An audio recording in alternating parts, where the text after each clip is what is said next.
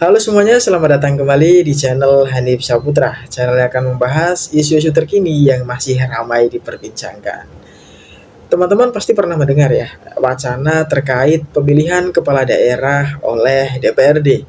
Nah, ya benar, wacana ini makin gencar untuk digaungkan. Bahkan partai-partai besar telah menyetujui dan sepakat untuk melaksanakan rencana ini, melaksanakan wacana ini. Bahkan Bapak Presiden Prabowo pun kabarnya merestui dan menyetujui terkait wacana pemilihan kepala daerah oleh DPRD. Nah, tentu kita bertanya-tanya, apakah wacana ini jika memang benar nanti akan terlaksana, apakah dampaknya akan positif nih kepada kita sebagai rakyat, atau justru akan berdampak negatif dan hanya menguntungkan segelintir orang atau segelintir golongan nih teman-teman. Nah, baik, untuk itu kita akan coba melihat beberapa cuplikan video terkait pendapat salah satunya pendapat Rocky Gerung terkait dengan wacana adanya pemilihan kepala daerah oleh DPRD. Berikut videonya. Ayat 2 pasal 1 konstitusi kita mengatakan kedaulatan ada di tangan rakyat. Selesai. Anggota DPR klaim kedaulatan rakyat itu kami wakili loh. Bagaimana mungkin kedaulatan itu diwakili? Istilahnya daulat tidak mungkin diwakili, tidak mungkin dikuantifikasi. Daulat itu absolut ada pada saya. Saya kehilangan kedaulatan, saya berhenti jadi rakyat. Jadi dia wakilnya 5 tahun, artinya selama 5 tahun saya bukan rakyat. Karena identitas primer saya hilang. Bayangin ketololan anggota DPR. Yang dia wakili adalah kepentingan rakyat selama 5 tahun, bukan kedaulatannya. Tolol. Ini standar. Nah, baik teman-teman, itu dia. Jadi bagaimana teman-teman melihat pendapat dari Rocky Gerung yang kita sebagai rakyat itu memang membutuhkan wakil rakyat.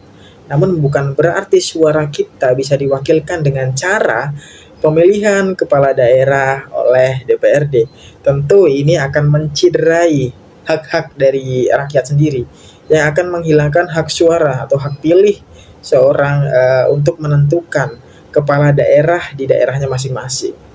Tentunya nantinya ketika pemilihan ini terjadi, wacana ini terjadi, jadi akan susah nih untuk kita menentukan siapa yang akan membuat kebijakan di daerah kita, siapa yang akan memimpin dan mewakili daerah kita. Itu akan menjadi bumerang lah, akan menjadi bom waktu untuk kita sendiri teman-teman semuanya. Nah, baik, kita akan kembali melihat cuplikan video berikutnya. Ada pidato dari orangnya Pak Prabowo yang sangat ternama, orang yang luar biasa dicintai oleh banyak orang. Kita dengarkan pidato orang. Khusus menyangkut pilkada Bapak Presiden, 1 tahun lalu kami menyampaikan kalau bisa pilkada dipilih lewat DPR saja. Banyak pro dan kontra. Tapi setelah kita mengkaji, alangkah lebih baiknya memang kita lakukan sesuai dengan pemilihan lewat DPR kabupaten kota, biar tidak lagi pusing-pusing. Itu pidato dari Pak Bahlil ketika memperingati 61 tahun usia Partai Golkar. Dia mengutip bahwa dari 1 tahun yang lalu dia sudah mengusulkan persis 1 tahun pidato Pak Prabowo soal pilkada yang melelahkan, kacau, dan berbiaya tinggi. Democracy is really very, very tiring. Democracy is very, very messy. Democracy is very, very costly. And we are still not satisfied. Selain bahasa Inggrisnya bagus, pidato ini menyisakan banyak persoalan bagi demokrasi di masa depan. Sebab sedari awal Pak Prabowo sudah merasa model dan sistem demokrasi kita ini punya biaya tinggi. Pertanyaannya adalah siapa yang kemudian merasa ini berbiaya tinggi? Dari mana biaya mahal itu? Saya ingin teman-teman mendengar pidato orang nomor 1 di Republik ini, tapi sebelum dia menjadi presiden. Kenapa ada kaitan biaya mahal dalam sistem pilkada kita? Kita tonton video berikut ini. Ada yang mau maju gubernur. Saya tanya, ente punya uang? Kalau untuk jadi gubernur minimal 300 miliar. Itu paket hemat, pahe, ya. Untung kita di Jakarta kemarin ya adalah Sandi punya duit-duit dikit lah, iya kan? Tapi ada berapa orang kayak Sandi? Itu gambaran betapa biaya mahal berlangsung dan terjadi karena kepentingan partai-partai mencalonkan orang-orang kaya yang beruang. Jadi inilah yang menyebabkan politik pilkada kita berbiaya tinggi, karena uang mahal itu berasal dari calon-calon. Jadi aneh juga, yang dihukum ternyata adalah rakyat dengan kehilangan hak memilih mereka, padahal penyebab biaya mahal adalah para elit politik. Meanwhile, Terkait dengan penentuan terhadap sistem pilkada ke depan, Partai Demokrat sejalan dan sebaris dengan Presiden Prabowo Subianto. flashback. Tidak pernah sejak awal saya pribadi, Presiden Partai Demokrat menginginkan agar pilkada ini berubah menjadi pilkada yang dipilih oleh DPRD. Tidak pernah, tapi seolah-olah kami yang menginginkan seperti itu. Kan salah alamat. Yang kedua, saya kira rakyat juga tahu sampai detik-detik terakhir, baik di Panja DPR RI, di forum lobby, kita ingin betul agar yang dipilih itu adalah opsi pilkada langsung dengan perubahan-perubahan ataupun perbaikan-perbaikan yang mendasar. Bukan seperti yang sekarang langsung tanpa perbaikan, banyak sekali masalahnya, dan jelas juga bukan pilkada yang dipilih oleh DPRD.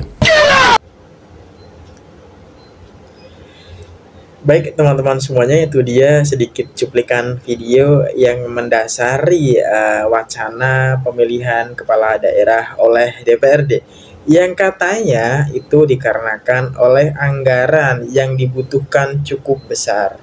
Padahal kita tahu sendiri ya teman-teman semuanya, besarnya anggaran ini sebenarnya dikarenakan ada beberapa faktor nih, kita perlu pahami. Salah satunya adalah modal dari pasangan calon yang mendaftar kepada kepala daerah itu memang membutuhkan biaya yang besar untuk kampanye dan lain sebagainya untuk mendapatkan suara, bukan dari rakyatnya sendiri gitu. Tapi rakyatnya lah yang mendapatkan hukuman nih dari wacana ini dengan kehilangan hak pilihnya nanti jika memang benar-benar wacana ini terlaksana teman-teman semuanya. Nah, ini bahaya nih teman-teman. Jadi kita harus waspada ya, kita harus mendalami permasalahan ini supaya kita tidak kehilangan hak pilih kita sebagai rakyat untuk menentukan kepala daerah, untuk menentukan siapa yang akan mewakili kita di daerah kita, dan siapa yang akan membuat kebijakan yang nantinya juga akan berimbas kepada diri kita sendiri teman-teman semuanya. Nah, baik, kita akan menonton video berikutnya ya. Gua misalnya pemerintah nih, uang gua keluarin buat rakyat, gua keberatan. Gua rakyat kok. Kenapa harus keberatan? Iya. 84% APBN kita kan dari pajak. Dan pajak itu kembali dalam bentuk biaya pilkada. Kembalinya tidak ke orang per orang, tapi untuk sekian juta orang. Kenapa pusing? Nah, itu dia, Bang Adian Nabitulu juga berkomentar ya terkait permasalahan anggaran yang dinilai besar, biaya pengadaan pemilihan umum secara langsung untuk pemilihan kepala daerah yang dianggap besar. Bang Adian menghimbau bahwasanya memang anggaran itu diperuntukkan untuk rakyat, karena dari rakyat, oleh rakyat, dan untuk rakyat. Nah, itu dia teman-teman semuanya. Jadi bagaimana teman-teman memandang isu ini yang terus berkembang, wacana ini yang terus dikembangkan di lingkup pemerintahan? Apakah teman-teman setuju dengan diadakannya pemilihan kepala daerah oleh DPRD?